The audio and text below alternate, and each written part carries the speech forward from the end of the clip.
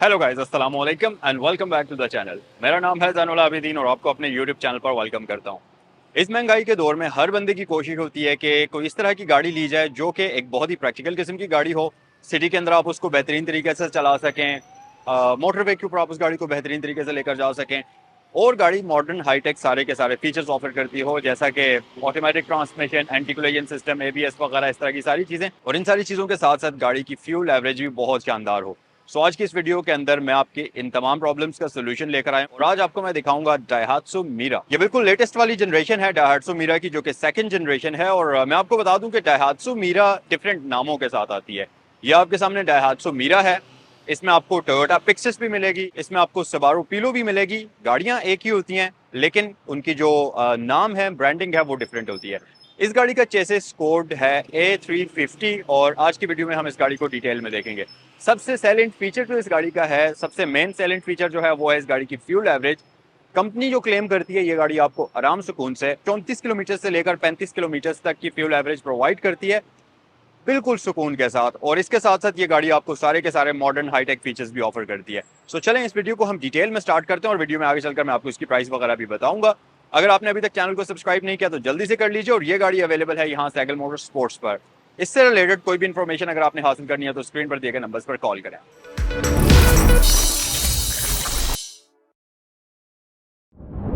डायहात्सु Meera basically एक 660 CC category के अंदर गाड़ी आती है, जिसकी न सिर्फ एक्सटीरियर लुक्स बहुत ही खूबसूरत हैं बल्कि इस गाड़ी के अंदर आपको सुपर लग्जोरियस किस्म का इंटीरियर मिलता है। उतना ज़्यादा लग्जोरियस हम नहीं कह सकते, लेकिन अगर 660 सीसी गाड़ियों के साथ हम इसको कंपेयर करें तो पाकिस्तान के अंदर आने वाली गाड़ियों से या बाकी दूसरी जापानीज़ गाड़ियों से इसका इंटीरियर काफ़ी खूबसूरत है और काफ़ी हद तक इसकी ये जो बिल्ड क्वालिटी है ये मज़ेदार किस्म की है। इस गाड़ी की अगर मैं डिटेल्स में बात करता चलूँ तो ये गाड़ी 4 ग्रेड की है।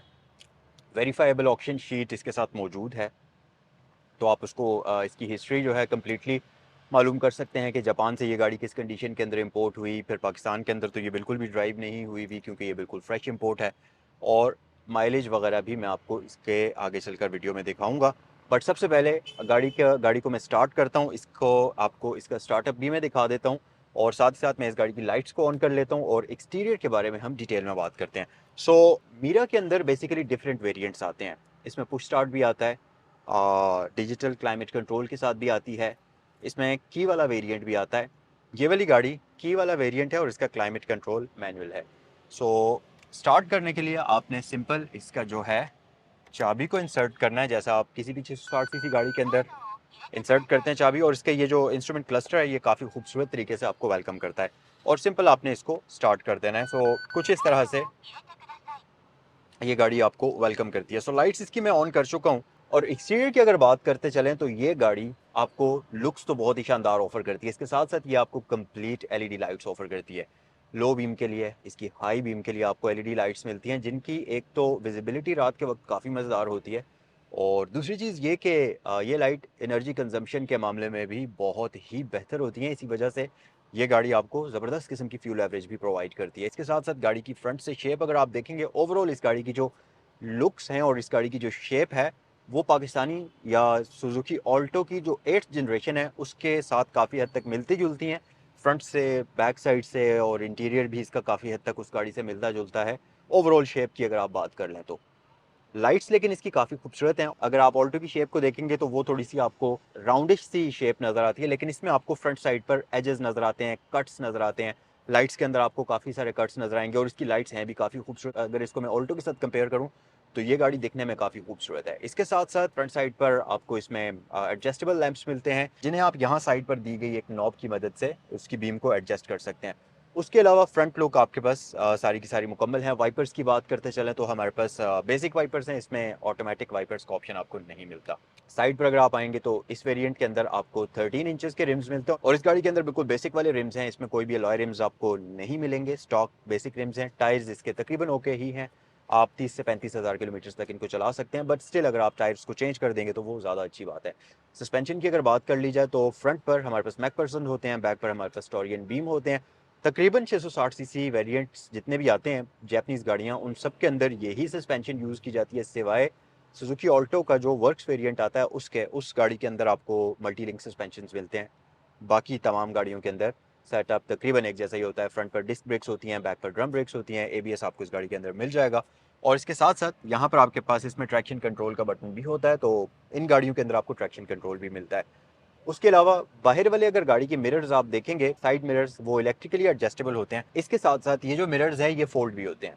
आप गाड़ी के अंदर बैठकर यहाँ पर दिए गए इस बटन को प्रेस करेंगे तो ये मिरर्स इस तरीके से फोल्ड हो जाएंगे, और आप जब दोबारा से प्रेस करेंगे तो ये अनफोल्ड हो जाएंगे। आप इनको अपनी मर्जी से कंट्रोल कर सकते हैं। और इसके साथ साथ ये बॉडी कलर्ड होते हैं, इलेक्ट्रिकली एडजस्टेबल होते हैं, और ये तमाम तर चीज़ें इन मिरर्स के अंदर आपको दी जाती हैं। उसके अलावा इस गाड़ी के अगर डोर लैचेस आप देखेंगे तो ये हैं तो बॉडी कलर्ड कॉम्बिनेशन में, लेकिन क्योंकि ये मीरा का ईएस वेरिएंट है तो इसमें आपको इंटीरियर के जो डोर लैचेस हैं वो क्रोम फिनिश के अंदर मिल जाते हैं, फ्रंट पर भी और बैक पर भी। लेकिन एक्सटीरियर के जो डोर लैचेस हैं वो आपको बॉडी कलर्ड कॉम्बिनेशन में ही मिल जाएंगे। सो तकरीबन इसकी जो लुक्स हैं ये इस तरह से आपको नजर आएंगी। और अगर मैं इसके फ्यूल टैंक की बात करूं तो रफली 27 लीटर का फ्यूल टैंक इसका जो है वो आपको मिल जाता है। इतना ही तकरीबन सुजुकी ऑल्ट्रा के अंदर भी होता है। रियर साइड की तरफ अगर आ जाएं तो इस गाड़ी की रियर साइड से लुक्स भी काफ़ी खूबसूरत हैं। एलईडी लाइट्स के साथ आपको रियर साइड से ये गाड़ी फीचर्स ऑफर करती है जो कि दिखने में काफ़ी खूबसूरत भी लगते हैं, और एलईडी लाइट्स विजिबिलिटी के मामले में भी हैलोजन के मुकाबले में काफ़ी बेहतर होती हैं। इसके साथ साथ बैक साइड पर आपको जो इसका बूट ओपनर है वो सिंपल बेसिक वाला मिल जाएगा। आप इसको बटन से ओपन करेंगे, और डिग्गी की स्पेस भी इसकी तकरीबन तकरीबन ऑल्टो के बराबर की ही है, उससे बहुत ज़्यादा फर्क नहीं मिलेगा आपको। लेकिन असल जो एंजॉय करने वाली चीज़ें होती हैं जापानीज गाड़ियों के अंदर वो होती हैं इन गाड़ियों के इंटीरियर के अंदर। सबसे पहली चीज़ तो इस गाड़ी के अंदर आपको एक 3 स्पोक स्टीयरिंग मिलता है, बट इसमें आपको कोई मल्टीमीडिया कंट्रोल्स नहीं मिलेंगे। लेकिन एयरबैग यहाँ पर भी है, पैसेंजर के लिए भी आपको एयरबैग मिल जाएगा। और इसके स्टीयरिंग व्हील का जो मटेरियल है ये सॉफ्ट रबर में डिज़ाइन हुआ हुआ है जो कि काफ़ी अच्छा है और ग्रिपी है। स्टीयरिंग व्हील होल्ड करने में काफ़ी मज़ेदार किस्म का है। एडजस्टमेंट की अगर बात कर ली जाए तो इसे आप एडजस्ट नहीं कर सकते, लेकिन कुछ जापानीज गाड़ियाँ ऐसी भी होती हैं जिसके अंदर स्टीयरिंग व्हील में टिल्ट एडजस्टमेंट आपको दी जाती है। बट अनफॉर्चुनेटली यहाँ पर आपको ये ऑप्शन नहीं मिलता, क्योंकि नॉर्मली एडजस्टमेंट वाली गाड़ियों में यहाँ पर एक लैच होता है जिसकी मदद से आप उसको अनलॉक करते हैं, लेकिन इसमें वो मौजूद नहीं है। उसके अलावा बाकी सारी चीज़ें बेसिक्स हैं। राइट साइड पर आपको हेडलाइट्स के कंट्रोल्स मिल जाएंगे, और फॉग लैंप्स क्योंकि इसमें नहीं आते तो आपको जस्ट एक ही रिंग मिलता है जिससे आप लाइट्स को ऑन या ऑफ करेंगे। ऊपर से आपका डिपर ऑन होगा ऊपर करने से, और नीचे करने से आपकी हाई बीम ऑन होगी। इसी तरह लेफ्ट और राइट से आपके इंडिकेटर्स ऑन होंगे, और इस तरफ आपके पास वाइपर कंट्रोल नॉब आ जाती है। उसके अलावा राइट साइड पर अगर आप देखेंगे स्टीयरिंग व्हील की राइट साइड पर तो आपको एक एयर वेंट मिलेगा जो कि सर्कुलर शेप में है। नीचे उसके बिल्कुल कप होल्डर मौजूद है, और ये ज़बरदस्त पोजीशन है कप होल्डर के लिए।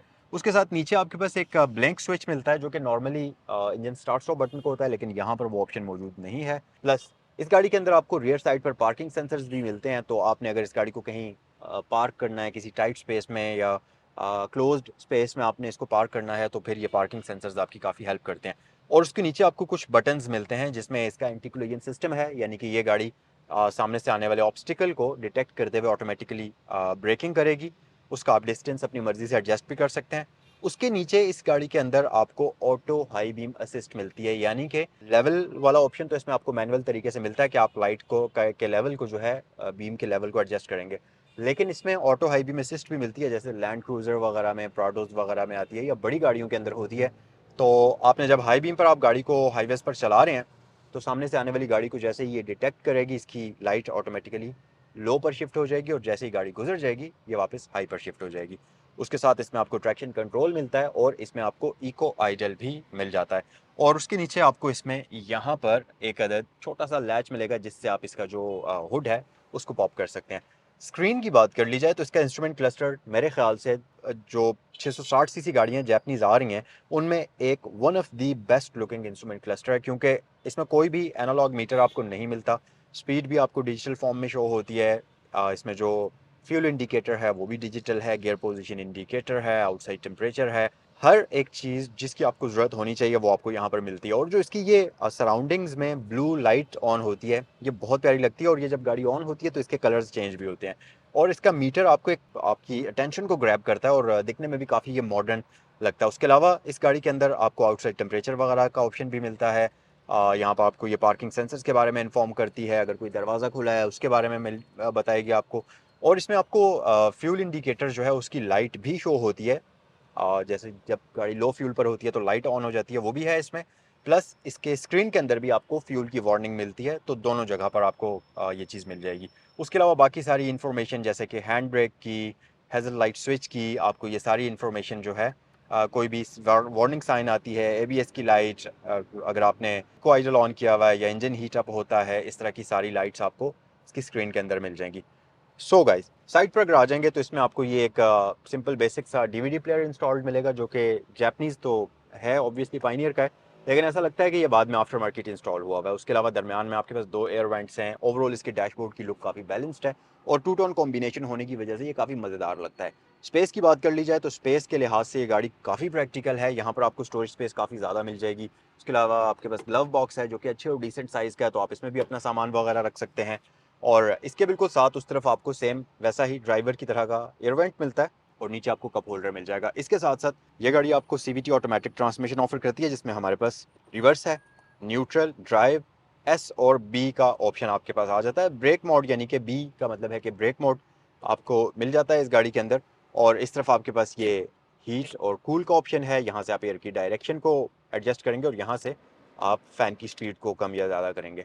और नीचे आपके पास एसी का बटन है, डीफॉगर का बटन है और यहाँ से आप फ्रेश एयर या कैबिन के अंदर वाली एयर को सर्कुलेट कर सकते हैं। अगर आप थोड़ा सा मजीद नीचे आएंगे तो आपको यहाँ पर एक 12 वोल्ट का पावर आउटलेट मिलेगा। अब नॉर्मली इस तरह की जापानीज़ गाड़ियों के अंदर आपको हीटेड सीट्स भी मिलती हैं, लेकिन इस गाड़ी के अंदर आपको हीटेड सीट्स नहीं मिलेंगी। बहरहाल सीट्स इसकी काफ़ी कंफर्टेबल हैं, ये टू टोन कॉम्बिनेशन में है, इनकी सिटिंग पोजीशन काफ़ी मज़ेदार है और सुपर कम्फी किस्म की सीट्स हैं और हार्ड नहीं है, सॉफ्ट मटेरियल में डिज़ाइन हुई हुई हैं और बहुत अच्छी और ग्रिपी सीट्स हैं। सो हीटिंग का ऑप्शन आपको इसमें नहीं मिलेगा। और नीचे आपके पास यहाँ पर एक और स्पेस है, तो इस पर भी आप वॉलेट वगैरह कोई चीज़ रख सकते हैं। इसके साथ साथ हैंड ब्रेक गाड़ी की मैनुअल आ जाती है। सो यहाँ पर डैशबोर्ड वगैरह पर सारी की सारी यही ऑप्शंस आपको दी जाती हैं और यहाँ पर आपके पास एक हुक है, ये इस पर आप मैक्सिमम 3 kg तक का वेट जो है वो लगा सकते हैं। अगर आपने कोई भी शॉपर लटकाना है, कोई बैग लटकाना है, वो आप यहाँ पर लगा सकते हैं। अच्छा, सीट्स की अगर एडजस्टमेंट की बात करूँ तो ये मैनुअल तरीके से होती हैं। आप मैनुअली इसकी सीट को आगे पीछे करेंगे, इसके साथ साथ यहाँ से इसकी बैक रेस्ट को एडजस्ट करेंगे और अनफॉर्चुनेटली इसमें हाइट एडजस्टमेंट आपको नहीं मिलता, ना ड्राइवर के लिए ना ही पैसेंजर के लिए, तो आप आगे पीछे और इसकी बैक रेस्ट को एडजस्ट कर सकते हैं। उसके अलावा अगर हेडरूम की बात करूँ तो ये आप देख सकते हैं जी, हेडरूम इस गाड़ी का बहुत ही शानदार है, मतलब ज़बरदस्त किस्म का हेडरूम है। इसी तरह नी स्पेस बहुत मज़े की है और आप इसकी सीट को ऑब्वियसली पीछे भी मूव कर सकते हैं और जब आप फुल पीछे मूव कर लेते हैं तो फिर तो आपके पास बहुत ही ज़्यादा नी रूम बचता है। अब मैंने क्योंकि इसकी ड्राइवर सीट फुल पीछे मूव की हुई है, तो यहीं पर इसी पोजीशन पर रखते हुए मैं बैक साइड पर जाऊंगा और आपको इसकी रियर जो कैबिन है उसमें आपको लेग स्पेस भी दिखाऊंगा कि ड्राइवर की सीट को फुल पीछे करने के बावजूद आपके पास कितनी लेग स्पेस बचती है। और ये जो सीट है इसको थोड़ा सा मैं आगे कर लेता हूँ, जो कि इसकी स्टैंडर्ड बेसिक पोजीशन है, और वहाँ पर करने के बाद मैं इसकी फ्रंट साइड पर भी आपको लेग स्पेस दिखाने की कोशिश करूँगा कि फ्रंट साइड पर इस सीट को अगर इस पोजीशन पर रखें तो हमारे पास कितनी लेग स्पेस बचती है। और फिर इसी पोजीशन पर रखते हुए मैं आपको रियर पैसेंजर की भी लेग स्पेस दिखाने की कोशिश करता हूँ, ताकि आपको बेहतर तरीके से आइडिया हो जाए कि मीरा के अंदर एग्जैक्टली लेग स्पेस का क्या सिनेरियो चलता है। सो ये था सारे का सारा इसका फ्रंट इंटीरियर। रूफ की बात करते चलें तो ये जो मिरर है इसके अंदर आपको कोई भी ऑटो डिमिंग का ऑप्शन नहीं मिलता, इलेक्ट्रिकल क्रोमैटिक ये नहीं है, बेसिक है। यहाँ पर आपको इलेक्ट्रिकल ट्रैफिक कंट्रोलर मिल जाएगा और बाकी इस एरिया के अंदर इसके कुछ सेंसर्स हैं जो कि बेसिकली रेडार वगैरह के हैं, जो कि इसके ऑटो ब्रेकिंग को कंट्रोल करते हैं। वो सेंसर्स यहाँ ऊपर इसमें आपको दिए जाते हैं। और इसके साथ साथ यहाँ अगर आप देखेंगे तो डोर के ऊपर हमारे पास कुछ ऑप्शंस हैं, जिसमें मैं आपको क्रोम डोर लैच के बारे में बता चुका हूँ। इसकी driver window one tap operation के साथ आती है, यानी कि आपने जस्ट एक बार बटन प्रेस करना है और उसकी विंडो रोल डाउन हो जाएगी, और अगर आप एक बार बटन प्रेस करेंगे तो ये रोल अप हो जाएगी। लेकिन बाकी विंडोज़ को ऊपर या नीचे करने के लिए आपको बटन्स को होल्ड करके रखना पड़ता है। और उसके साथ साइड मिरर्स के कंट्रोल्स आपके पास आ जाते हैं जो कि इलेक्ट्रिकली एडजस्टेबल हैं।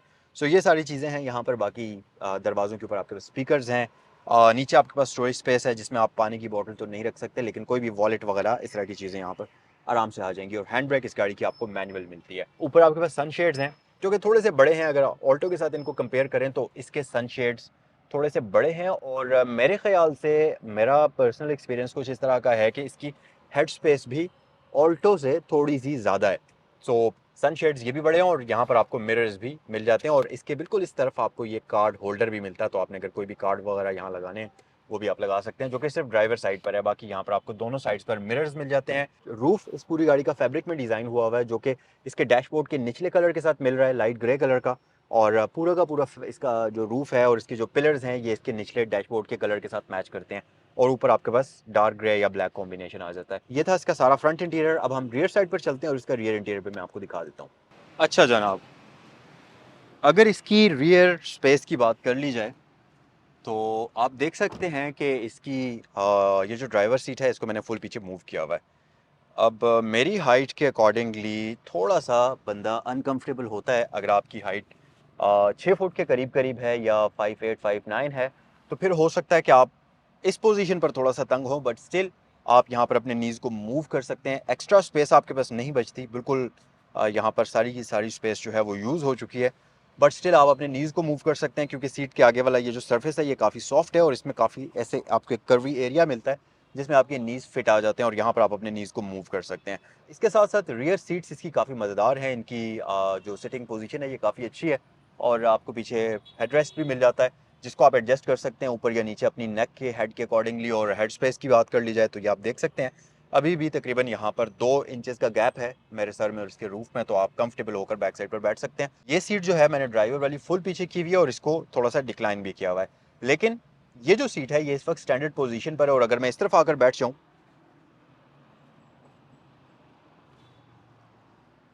तो अब आप देख सकते हैं जी, यहाँ पर प्लेंटी ऑफ लेग रूम मौजूद है, यानी कि इतनी ज़्यादा स्पेस है कि आप बिल्कुल कंफर्टेबल होकर बैठ सकते हैं यहाँ पर। इवन कि आप अपनी लेग्स को थोड़ा आगे भी मूव कर सकते हैं।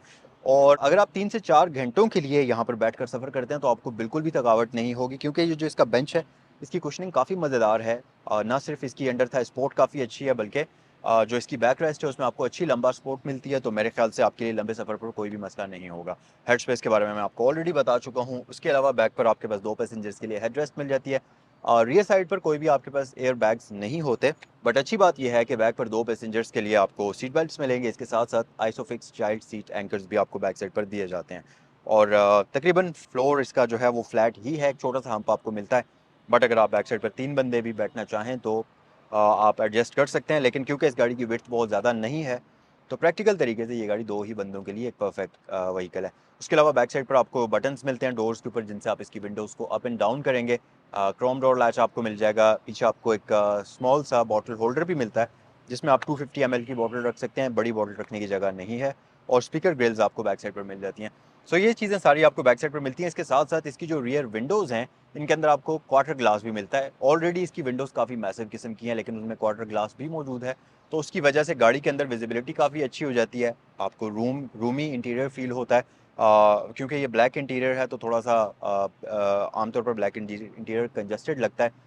बट बड़ी विंडोज़ और क्वार्टर ग्लास एक्स्ट्रा होने की वजह से आपको इंटीरियर काफ़ी रूमी और मज़ेदार किस्म का इस गाड़ी के अंदर नज़र आता है। सो ये था सारे का सारा गाड़ी का एक्सटीरियर और इंटीरियर। इंजन की बात अगर कर ली जाए तो इस गाड़ी के अंदर आपको 660 सीसी का इंजन मिलता है, जो कि रफली 48 के करीब हॉर्स पावर प्रोड्यूस करता है और ये इंजन आपको एक सीवीटी ऑटोमेटिक ट्रांसमिशन के साथ कंबाइन करके दिया जाता है। लेकिन असल चीज़ होती है इस गाड़ी की फ्यूल एवरेज। मीरा मेरे ख्याल से पाकिस्तान के अंदर तो पूरी एक अपनी ही इसकी फ़ैन फॉलोइंग है, वो सिर्फ़ इस वजह से है कि ये गाड़ी बेस्ट किस्म की फ्यूल एवरेज आपको प्रोवाइड करती है। मेरे ख्याल से पाकिस्तान में सबसे ज़्यादा जो फ्यूल एवरेज 660 सीसी गाड़ी प्रोवाइड करती है वो यही है, डायहाट्सो मीरा। और इसकी फ्यूल एवरेज आराम सुकून से आपको 34 किलोमीटर से लेकर 35-36 किलोमीटर तक मिलती है। डिपेंड करता है आप इस गाड़ी को किस तरीके से चलाते हैं। अब अगर आपके पास मीरा है, आप मीरा की ये सेम जनरेशन या इससे पिछली जनरेशन यूज़ कर चुके हैं, तो कमेंट सेक्शन में मुझे बताइए कि आपकी मीरा आपको क्या फ्यूल एवरेज प्रोवाइड कर रही है। प्राइस की अगर बात कर ली जाए तो इस गाड़ी की आस्किंग प्राइस है 4.2 मिलियन। ये 4 ग्रेड की गाड़ी है और डायहाट्सो मीरा 2021 का मॉडल है और बिल्कुल फ्रेश इंपोर्ट है डायहाट्सो मीरा की। सो अगर आप इसको खरीदना चाहें तो ये गाड़ी सैगल मोटर स्पोर्ट्स के ऊपर अवेलेबल है। किसी भी किस्म की मजीद इन्फॉर्मेशन के लिए स्क्रीन पर दिए गए नंबर्स पर कॉल करें और कमेंट सेक्शन में मुझे बताएं कि आज का रिव्यू आपको कैसा लगा। नेक्स्ट वीडियो में आपसे मुलाकात होती है। अस्सलाम वालेकुम।